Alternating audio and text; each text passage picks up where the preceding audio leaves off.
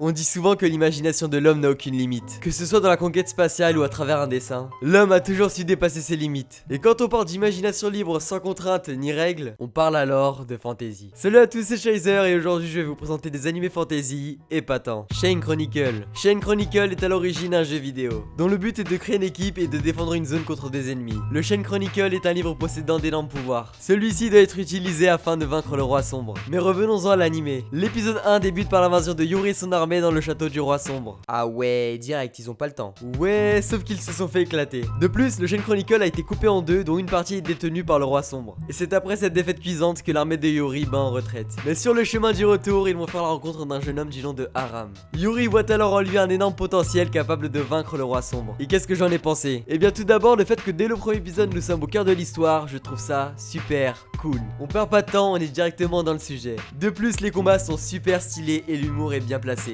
C'est sûr que toi, ton humour, il est proche de zéro. L'anime comporte une saison de 12 épisodes, mais je vous conseille de commencer par l'OAV pour mieux comprendre l'histoire. Moi, quand je me réincarne en slime, Satoru est un employé japonais lambda, et à 37 ans, il est toujours puceau. Nous faisons partie de l'association du club des puceaux de plus de 35 ans.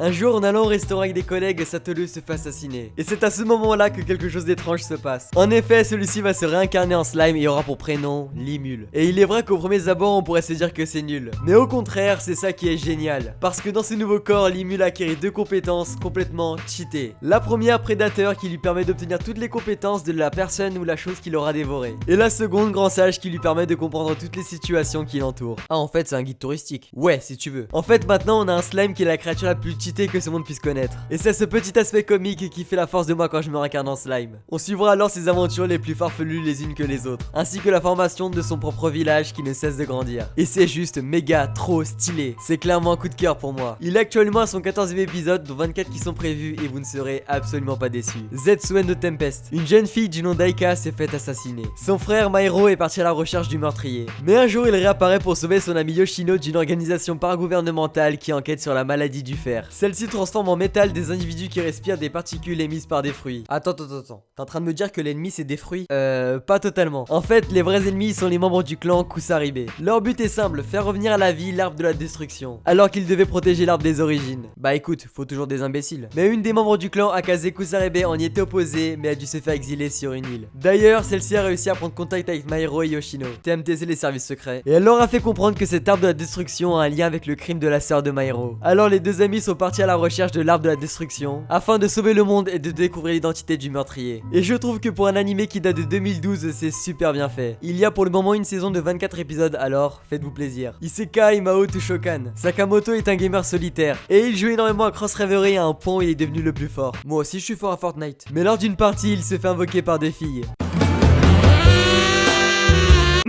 Oh ouais, il se fait invoquer par deux filles. Enfin bref, plus sérieusement, Sakamoto va se retrouver dans le corps de son personnage, Diablo. De plus, il conserve toutes les compétences qu'il avait dans le jeu, dont son niveau 150. D'ailleurs, les deux filles qui l'ont invoqué, s'auto-proclamant maître invocateur, devaient faire de Diablo leur esclave. Mais l'une des compétences de Diablo, Magic Reflection, ouais j'avoue je suis chaud en anglais, lui permet d'inverser tous les sorts qu'on lui porte. Ce qui veut dire que les invocatrices sont devenues à leur tour les esclaves de Diablo.